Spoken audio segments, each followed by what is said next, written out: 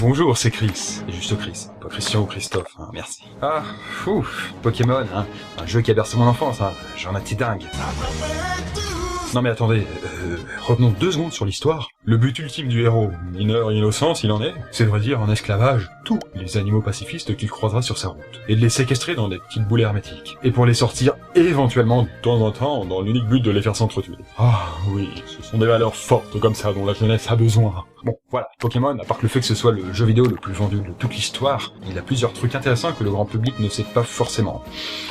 Alors Zou... Merde... Alors ce n'est pas un truc qu'on martèle sous les toits, hein, mais le créateur de Pokémon, Satoshi Tajiri, est un autiste. Et quand il était enfant, il était passionné par les insectes. Son délire à lui, c'était de les chasser et d'en collectionner un max. Par chance, là où il habitait, il y avait des mares, des champs et des forêts dans lesquelles il pouvait se donner à cœur joie. Insectes. Et il était tellement obnubilé par ces bestioles hein, que ceux qu'il connaissaient l'appelaient Dr Bug. Mais en grandissant, les mares et les étangs de là où il habitait se sont transformés peu à peu en parking et en immeubles. La chasse aux vers de terre était terminée. Et c'est à ce moment-là que germa dans sa tête l'idée des Pokémon. En même temps qu'il se trouva une nouvelle passion encore plus dévorante, les jeux vidéo. Pourquoi Pikachu est la mascotte de Pokémon? Non mais héros, c'est vrai, hein. À la base il y avait 150 Pokémon, alors pourquoi lui? Je sais pas, ils auraient pu prendre par exemple Melofée, Tétart ou Tadmor. Non. Enfin, j'ai pas pris ces noms au hasard, puisqu'à la base Melofée était le Pokémon qui a été retenu par Nintendo pour devenir l'emblème de Pokémon.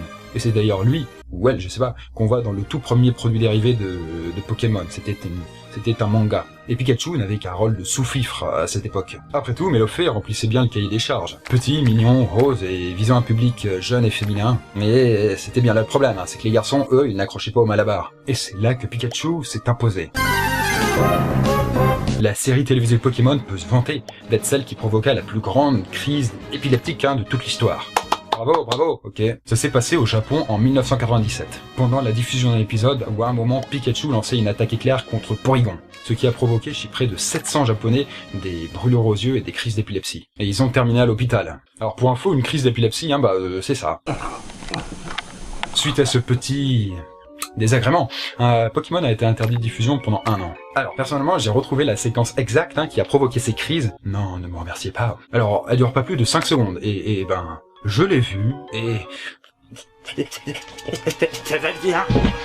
Non, ça ne peut déclencher une crise que chez ceux qui sont épileptiques. Et comme je ne le suis pas, on n'a échappé peu à la catastrophe. Néanmoins, en France, d'après les statistiques de santé, un peu moins d'1% de la population serait épileptique. Et c'est chez ces personnes que ça a une chance de provoquer une crise. Donc je vais vous la montrer, et si vous avez un doute sur votre santé mentale, fermez les yeux.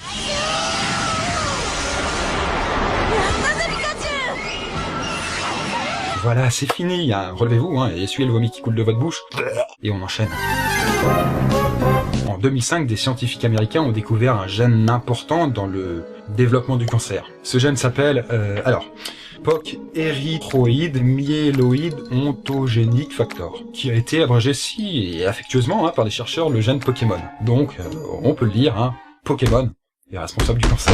Oh yeah. Suite à cela, les créateurs de Pokémon, cette fois-ci le vrai, ont bien senti que ça risquait de créer des malentendus qui n'étaient pas pour leur faire une très bonne pub.